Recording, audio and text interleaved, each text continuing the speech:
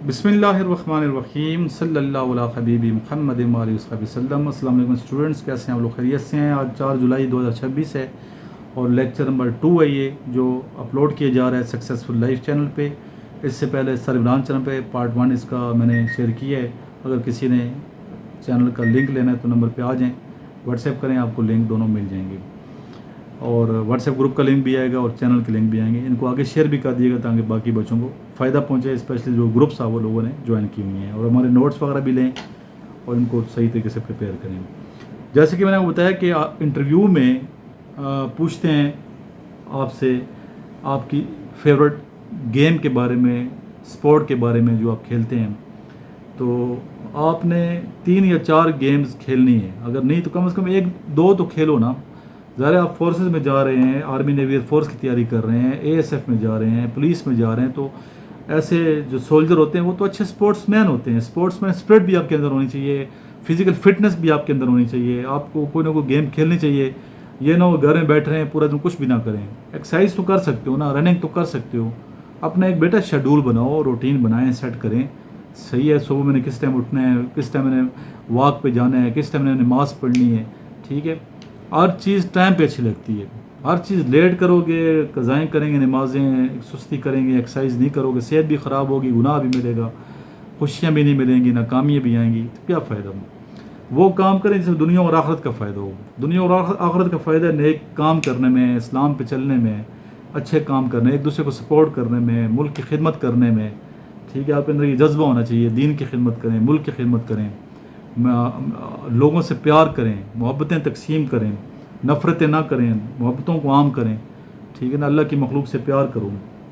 अगर आपका कोई काम नहीं गाता तो कोई परवाह नहीं है, आप तो लोगों के काम हो ना, ताकि आप सुरखरू हों अल्लाह की नज़र में। अल्लाह की बरगाह में जो बंदा सुरखरू होता है तो मैं समझता हूँ वो कामयाब तरीन शख्स है। अल्लाह और अल्लाह के हबीब को राज़ी करना है और कसरत से दुरूद शरीफ पढ़िए। डेली आप अस्तगफिरुल्लाह का विर्द किया करें, दुरूद शरीफ का विर्द किया करें, एक्सरसाइज किया करें, पानी ज़्यादा पिया करें।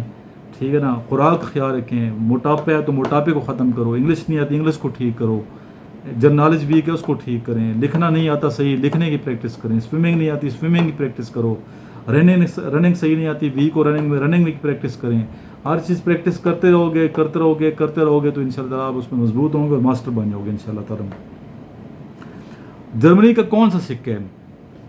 जर्मनी का पूरा इंटरव्यू मैंने अभी वो करना है। जर्मनी के सिक्के का नाम है मार्क। जापान का दारुल कौन सा है? टोक्यो, जो कि आबादी के लिहाज से दुनिया का सबसे गुंजान आबाद यानी कि सबसे ज़्यादा आबादी वाला शहर है। पाकिस्तान की बुलंद तरीन चोटी कौन सी है? कई दफ़ा बताया K2 है और 28,250 फीट इसकी बुलंदी है। हिंदुस्तान का आखिरी मुग़ल बादशाह कौन सा? बहादुर शाह ज़फ़र था, जो कि शायर भी था। कितना है बदनसीब ज़फ़र दफन के लिए, 2 गज़ ज़मीं भी ना मिली कोई यार में। आपके शेर है ना कि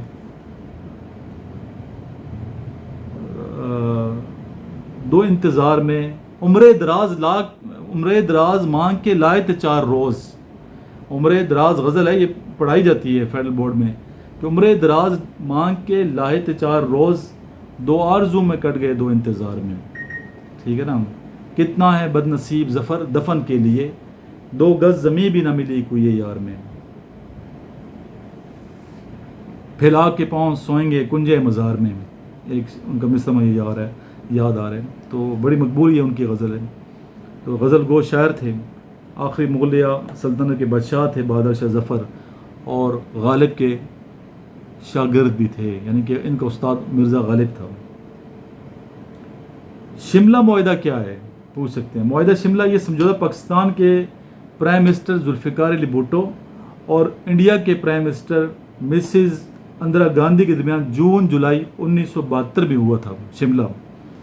इस मुआहिदे में कहा गया है कि हुकूमत हिंद और हुकूमत पाकिस्तान तय करते हैं कि वो तसादम और आपस की कशमकश को ख़त्म कर देंगे। शिमला के मकाम पे ये मुआहिदा हुआ, तो इसको शिमला मुआहिदा कहते हैं। 1965 की जंग में निशान हैदर किसको मिला? 1965 की जंग में मेजर अजीज़ भट्टी को निशान हैदर से नवाजा गया। पाकिस्तान की ख़ास पैदावार कौन सी हैं? पाकिस्तान की ख़ास पैदावार गंदों में चावल, चना, बाजरा, दालें, तंबाकू, कपास, चाय, गन्ना। ठीक है, ये मैंने गिनवा दिए हैं। फिर किस इलाके में कितना होता है ये फिर आपने मज़ीद इसकी तहकीक करनी है। एक तो देखो मैंने नोट्स आप लोगों ने लिए हुए ना सब बच्चों ने, तो नोट्स के अंदर से क्वेश्चन के अंदर से क्वेश्चन बनाया करो। अगर आप क्वेश्चन के अंदर से क्वेश्चन बनाओगे तो आपका नॉलेज भी इंक्रीज़ होगा, पढ़ने का शौक भी पैदा होगा। तो ये आपने ख़ुद भी थोड़ी सी मेहनत करनी है। अच्छा, ये क्वेश्चन आपसे पूछ सकते हैं इंटरव्यू में, इंटरव्यूअर आपसे पूछ सकते हैं कि यूएनओ के मकासद क्या हैं। ठीक है ना, क्या इसके ऑब्जेक्टिव्स हैं, मेन ऑब्जेक्टिव्स क्या हैं यूएनओ के, अक़वाम मुत्तहिदा के क्या मकासद हैं। इसमें आप बेटा बताएंगे नंबर 1 पे इज्तिमाई और मौसक इक़दामात के ज़रिए बैनुल अक़वामी सलामती को बरकरार है। सबसे पहले सलामती है, बैनुल अक़वामी मुल्कों के दरमियान सलामती, ये इसका पहला मकसद है अक़वाम मुत्तहिदा का। दूसरा, अक़वाम आलम के माबैन दोस्ताना ताल्लुकात का फ़रोग़ है। तमाम जो कौमें हैं, कंट्रीज़ हैं, आपस में दोस्ताना ताल्लुकात को कायम रखें। तीसरे नंबर पे आप बताएंगे मुख्तलिफ ममालिक के मसाइल और झगड़ों का ख़ात्मा रोल इसने अदा किया है अक़वाम मुत्तहिदा ने। ठीक है, अपना रोल अदा कर रहे इदारा। नंबर 4 पे दुनिया में अमन और अमान की फ़िज़ा कायम करना। जहाँ जंग होती है फिर सारे इकट्ठे होते हैं, फिर अपने तौर पे कोशिश तो लगी हुई हैं। फिर आपसे पूछा जा सकता है कि अक़वाम मुत्तहिदा यानी कि यूनाइटेड नेशंस के ख़ास हिस्से या ज़ैली इदारे कौन कौन से हैं। तो इसमें फिर आप बताएंगे 6 इसके इदारे हैं अक़वाम मुत्तहिदा के ज़ैली इदारे। नंबर 1 सलामती council, number 2 general assembly, number 3 मुआशी और समाजी council, number 4 trusteeship council, number 5 बैन अक़वामी अदालत इंसाफ और नंबर 6 सेक्रेटेरिएट। कभी क्वेश्चन आपसे एक करेंगे, कभी क्वेश्चन दूसरा करेंगे, कभी आपसे जनरल का क्वेश्चन कर रहे होंगे, कभी आपसे जोग्राफिया का क्वेश्चन कर रहे होंगे, कभी आपसे इस्लामियात का क्वेश्चन कर रहे होंगे, कभी पाक स्टडी का कर रहे होंगे। तो मुकम्मल आपने प्रिपेयर करना है अपने आप को। आपसे पूछ सकते हैं कि वारसिक डैम कहाँ वाक़ है, तो आप क्या बताएंगे वारसिक डैम दरिया काबल पर बनाया गया और ये पेशावर से 16 मील दूर वारसिक के मकाम पे है। फिर वो पूछ सकते हैं कि डैम किसे कहते हैं, डैम और बिराज में क्या फ़र्क है। बिराज से नहरें निकाली जाती हैं आबाशी के लिए, डैम से बिजली बनाई जाती है, पानी को जमा करके रोक के बिजली बनाई जाती है। एम्बुश के मुतालिक पूछ सकते हैं, व्हाट इज़ एम्बुश।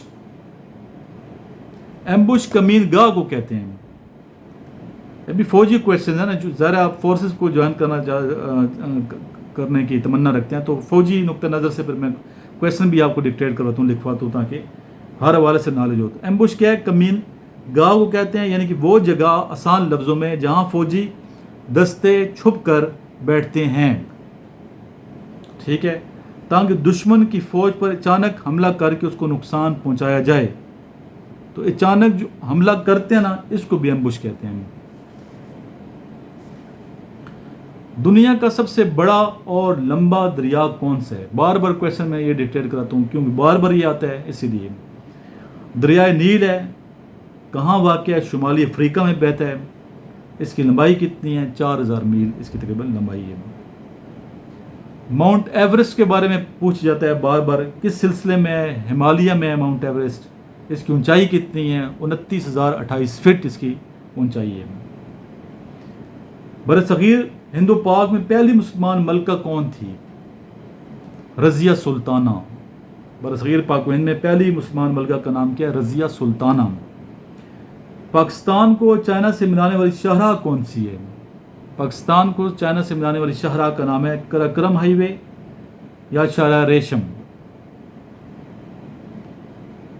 चांद पर कदम रखने वाला पहला शख्स कौन सा था। ठीक है, ये आएगा क्वेश्चन आपका। नील आर्मस्ट्रांग, कहाँ से इसका ताल्लुक है, कब इसने चांद पे पहला कदम रखा, ये आपने तहकीक करनी है। मुआहिदा ताशकंद क्या है, व्हाट इज मुआहिदा ताशकंद, ताशकंद पैक्ट। बेटा ये पाकिस्तान और भारत के दरमियान तय पाने वाला एक मुआहिदा है। 10 जनवरी 1966 को दस्तखत किए गए, जिस पे इन दोनों ममालिक ये मुआहिदा अक़वाम आलम के अक़वाम मुत्तहिदा के चार्टर के ताबे होने के इज़हार के तौर पर किया था। ठीक है, جس میں کہا گیا تھا کہ یہ دونوں ممالک اپنے اختلافات کو طے کرنے کے لیے طاقت کا استعمال کرنے کی بجائے پرامن ذرائع سے کام لینے کے پابند ہوں گے۔ اس اعلان کے ساتھ دونوں ممالک نے کئی اہم فیصلے بھی کیے۔ ابھی اس معاہدے پہ کتنا عمل درآمد ہوا، کتنا نہیں ہوا، آپ سب کے سامنے دنیا نے دیکھ لیا۔ اس طرح سندھ طاس معاہدہ، اس کے بارے میں بھی آپ کو آنی چاہیے معلومات۔ دریاؤں کے 3 دریاؤں کے پانی کا اختیار انڈیا کو دیا گیا، 3 دریاؤں کے پانی کا اختیار پاکستان کو دیا گیا۔ پاکستان کے حصے میں جو دریا ہیں وہ کون سے دریا ہیں، اور انڈیا کے حصے میں جو دریا ہے وہ کون سے ہیں، ان کے نام آنے چاہیے۔ میں نے کئی دفعہ ویڈیو میں ڈکٹیٹ کروا کے آپ کو سمجھایا ہے۔ نوبل انعام کے بارے میں آپ کیا جانتے ہیں؟ نوبل پرائز سویڈن کے مشہور سائنسدان ڈاکٹر الفریڈ نوبل نے مرتے وقت ایک بہت بڑی رقم اس وصیت کے ساتھ چھوڑی تھی کہ اس کی دولت سے سائنس اور دنیاوی امن کے فروغ کا کام لیا جائے۔ چنانچہ مرحوم کی چھوڑی ہوئی دولت سے جو سود حاصل ہوتا ہے اس سے ہر سال 5 انعامات ایسے اعلیٰ دماغ سائنسدانوں یا دانشوروں کو دیے جاتے ہیں جنہوں نے فزکس، کیمسٹری، علم ادویات، میڈیسنز یا نفسیات میں کوئی مارکۃ الآراء خدمت انجام دی ہوتی ہے۔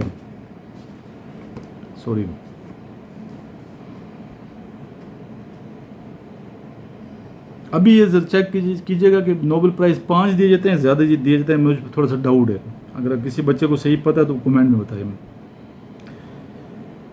یا پھر اعلیٰ ادب کے فروغ اور دنیاوی امن کے قیام میں نیک نام کمایا جاتا ہے۔